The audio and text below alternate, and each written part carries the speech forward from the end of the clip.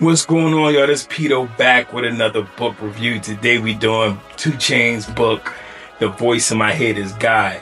Now this book was something special to me. It really gave me insight on certain things that I struggle with personally, and typically I don't get that from rappers' books. Typically I get that from the self-help books I do, as y'all know. But this book definitely gave me some insight and some enlightenment to certain things that I'm dealing with. But we're going to talk about that. Also, another thing that I started learning about these rappers when I listen to these books, certain rappers have like certain dynamics that makes them special. They all have a different quality that kind of sets them apart. Like I just finished on Eve book, and Eve had a certain determination that she was going to make it. Listening to 2 Chainz, you could tell 2 Chainz is an insightful dude. Like he's extremely aware of his path, his purpose, his path, and it's like it's refreshing to hear that. Like he ain't have to get over on nobody, do nobody crazy, dirty. He ain't have to rob, kill, steal, none of that. He just really was listening to the voice in his head to accomplish a lot of things that he accomplished, and that was wildly refreshing because, as y'all know, I do a trillion self-help books, and just hear this dynamic, hear this place that he's coming from, and it really helped me to get clarification on some of the things that I'm currently dealing with. So this is 2 Chainz book, The Voice in My Head is God. This is a special one, I promise y'all that. This is probably the first book I'm gonna get a signed hard copy, and if 2 Chainz is listening, I need one of them, bro. I want it specifically from you. I can go buy one, but I would love if I get blessed from you specifically about this book. But this your boy Pito back with another book review. Let's get it. All right, so one of the things in this 2 Chainz book that he started out with that I thought was dope, he started off with a segment saying something told me to, and something told me to do it. And you know how in the black community we all have that saying, like something told me not to go there, something told me not to do this. And it's kind of the whole theme of the book is listening to your intuition in a lot of different ways. And a lot of times we know we shouldn't do certain things. Like, yo, something told me not to do that shit. And he goes into explicit details in a lot of different ways how these scenarios played out in his life specifically. And I loved it, man. I really thought it was amazing. And it's really like a thing that I feel like I need to pay more attention to personally, listening to my intuition, because a lot of times I feel like I know what I'm supposed to do. I feel like I got it, and sometimes I ignore them voices or their spirituality, or sometimes I get too many opinions outside of myself of how I should go, what I should do, and how I should handle certain situations. And most of the times it come back down to that voice in my head as it should, but sometimes I kind of ignore it to do things that I personally feel like is best for me or that I want. And sometimes that's when a struggle will come into play a lot of times, when I'm fighting that voice in my head. So this was another one of them examples of like, sometimes somebody could put you on game like an old head, or somebody, not calling 2 Chainz old head, but sometimes somebody that got a little bit more experience than you can put you on game and be like, yo, it ain't really like that. You should really look at it like this. And this was one of them examples in this book, 2 Chainz. I appreciate you, bro. So one of the most funniest parts of this book, and y'all know I love humor in these books, and is I did the audiobook for this one as well. I did the Eve audiobook, I did this audiobook, but I love when the rappers read them audiobooks themselves. I love when the author in general does the audiobook themselves. It adds a level of being authentic to the book that I absolutely love, and you just can't recreate, you can't do it the way that person that actually experienced it could do it.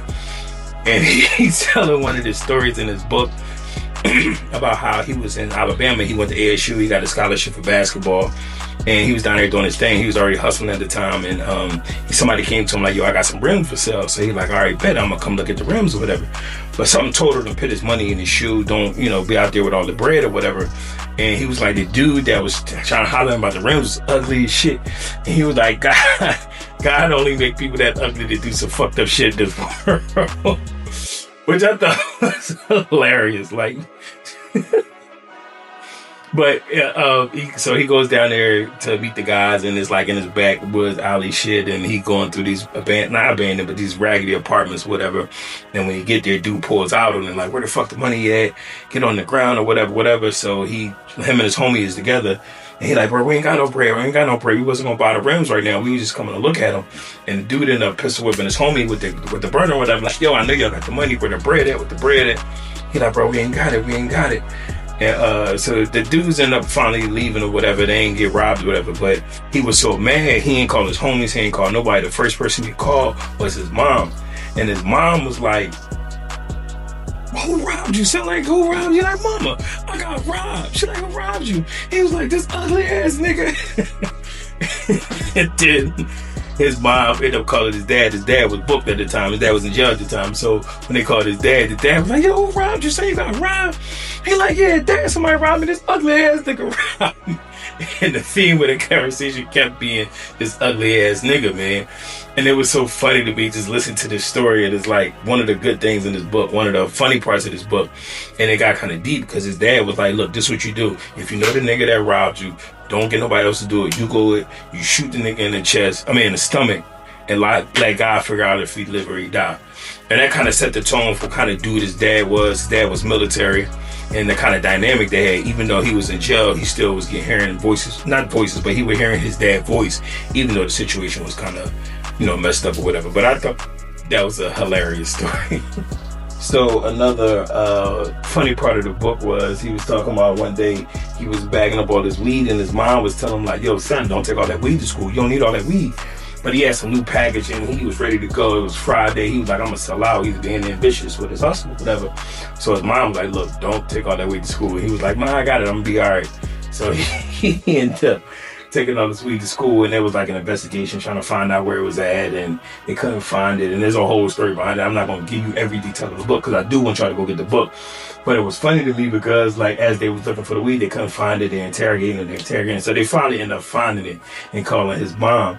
His mom came up there. It was they saw him in the office. He said, my mom put on the best acting performance ever. Like, not my baby. Y'all got my baby. No. Started putting on this whole front like she actually didn't know what he was doing and what he had going on with the weed or whatever. But that scenario ended up kind of hurting him with his basketball career and scholarship because it was a lot of schools that was looking at him. I forgot who the other player was, but I think Penny Hardaway got signed by a certain school, so they started looking at him instead. But that him not taking the SAT and him getting locked up kind of messed that up a little bit. So that's why he ended up going to, I believe, Alabama State University. I know somebody that worked there, Amani, what up, girl? And that's where he ended up going and playing ball at. And that's where he ended up getting robbed, almost attempted to get robbed for the rims at. But I just thought that was a crazy story about his mom, like, not my baby. 2 Chainz is hilarious.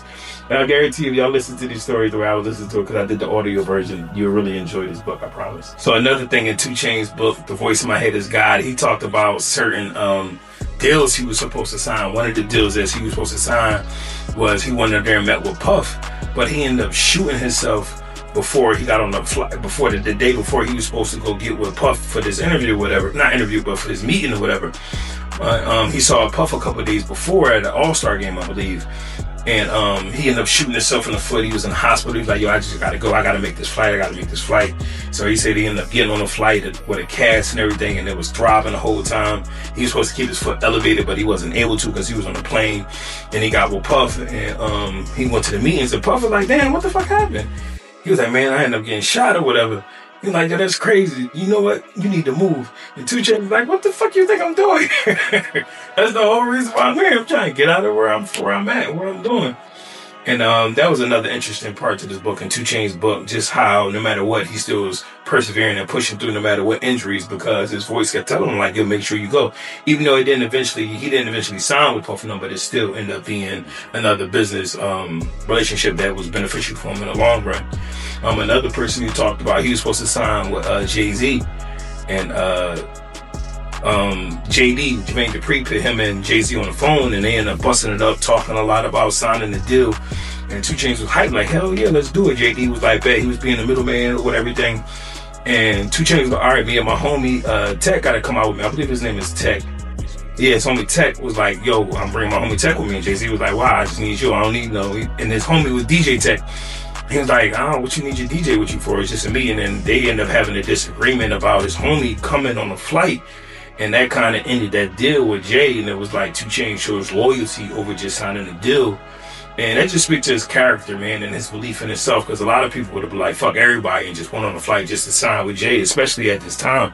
But he ended up saying, nah, if his homie can't come, then he can't go.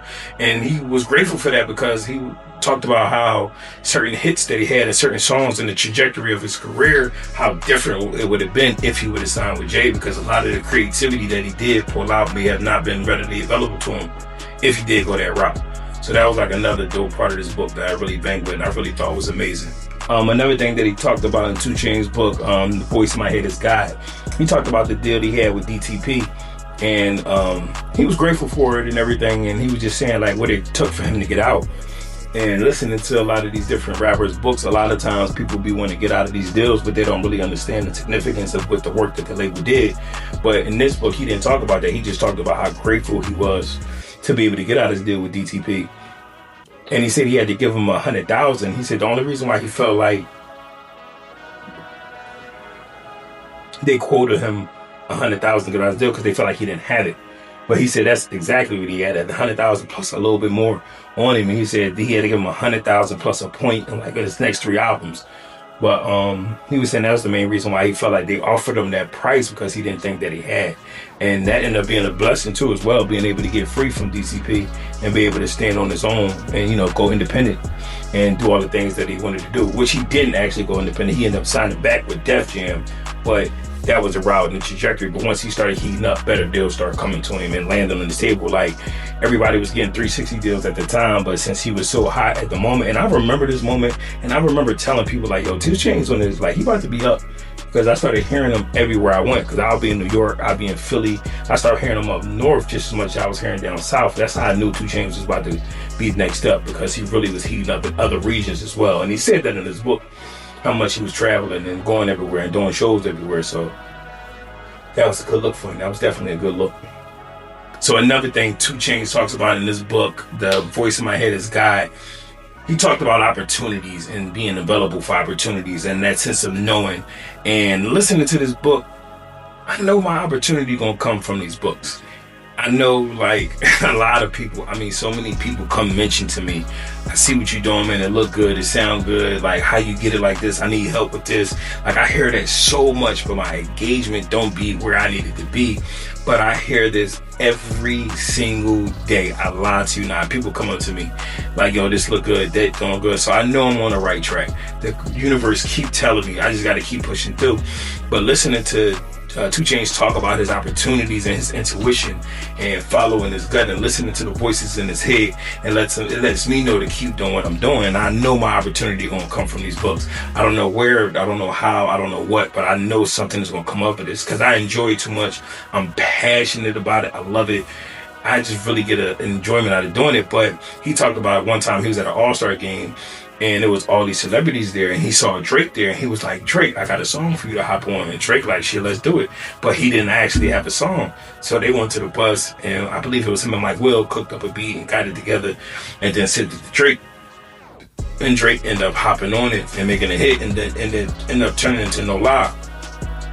But the reason why I'm bringing that up is because, like, every opportunity ain't gonna be as clear cut, pretty perfect as you may think, but just being prepared and putting in the work regardless of who's looking, it always gonna come and it's always gonna be a blessing. And remember, listening to the voice in your head, your intuition is always gonna lead you right if you got a clear understanding of what your intuition is telling you, and that's what I'm working on right now.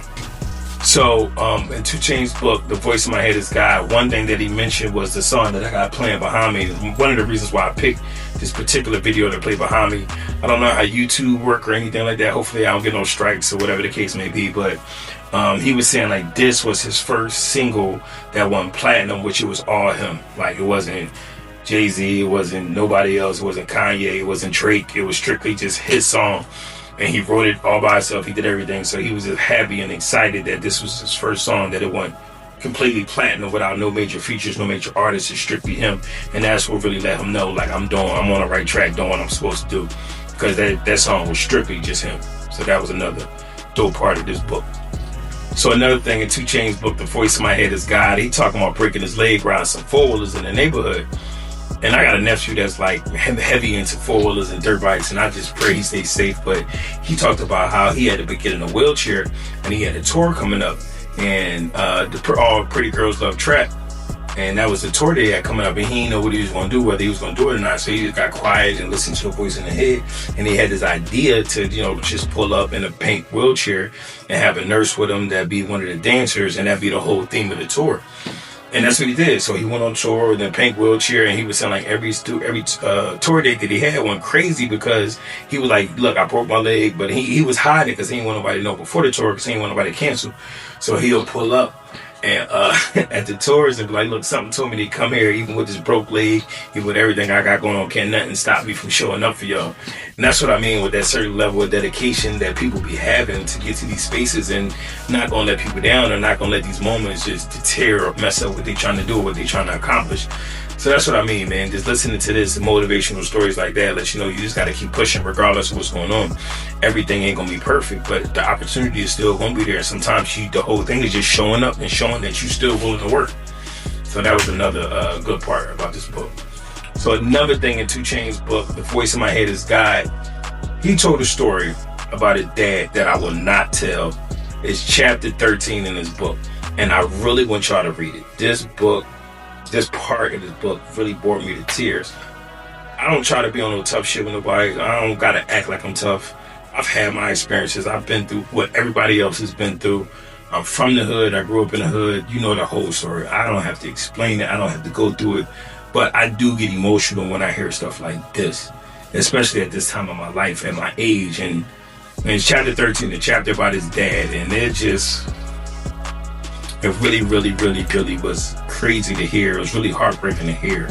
And it was kind of like putting him in an impossible place with his dad, especially in his latter days. And it just was really, really, really touching to hear. Really, like, you kind of just want to, reach out and just put your arms on him and let him know, like, yo, man, everything gonna be all right, even though what he went through with his pops and how it played out. Y'all may have a different understanding or experience with it. I used to work in a hospital, so I used to see a lot of this stuff firsthand. And after a while, it kind of just becomes like just a crazy situation. I remember the first day I worked in a hospital, and it was a trauma 1 center that's closed down, Atlanta Medical Center. I used to work there, and my first day working there, this kid and this dad had a newborn, and they both died in an accident. They was life flighted to Atlanta Medical, and they both passed. And that was like my first day, my first introduction to anything like that. And I just was seeing how everybody else was acting so normal in the hospital and just went about their day like it was nothing. And it's just crazy to me. Like, sometimes situations like this just get swept under the rug like it ain't no big deal. But to me, it's always like, damn, man, you just never know what people are going through. So when y'all do read this book, get back to me on chapter 13 about his situation with his dad, and let me know if you felt anything or felt the way I felt, because it really, really, really, it was a tearjerker for me. You know what I mean? I even called my daughter about it and told her about it. And my daughter was having an emotional moment from something she saw. So it was like a little bonding moment. But if y'all have heard that part, let me know. Okay, so in 2 Chainz' book, The Voice in My Head is God, this is like my conclusion of the book. I'm dealing with stuff in my life right now, and I'm fighting up against the outcome of what it is. And a part of me don't want to accept it, but it's haunting me because I'm not accepting the fact of what it is. And my intuition been telling me for a while, even in dreams and stuff that's happened, all kinds of stuff, that it was meant to go the way that it's going, but I still was fighting and not willing to accept the fact that it was here. And it's not been bringing me peace.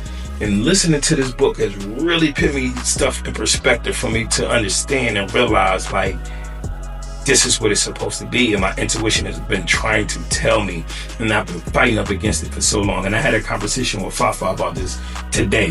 Fafa, what up? I told you I was gonna knock it out. But I had a conversation with her about this today, about just stop fighting up against what my God inside of me is telling me.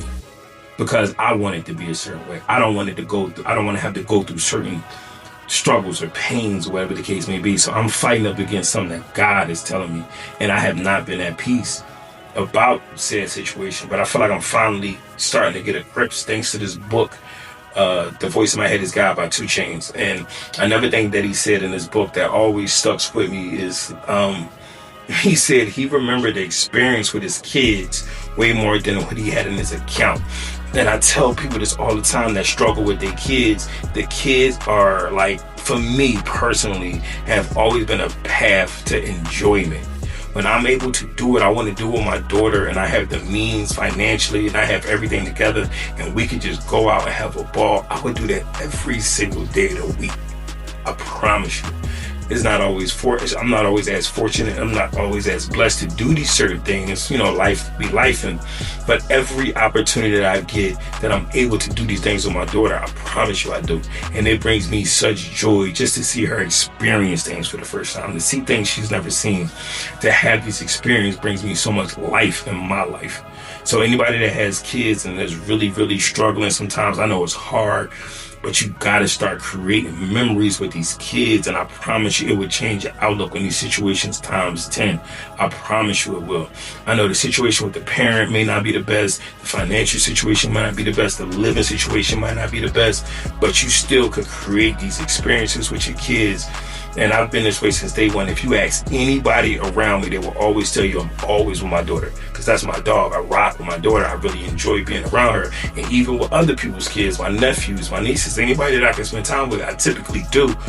So that was another thing that he said in the book. I didn't mean to get long-winded, but this book is amazing, man. I really, really, really suggest y'all check it out. This is Pito back with another book review. Let's get it. Yeah, cheers.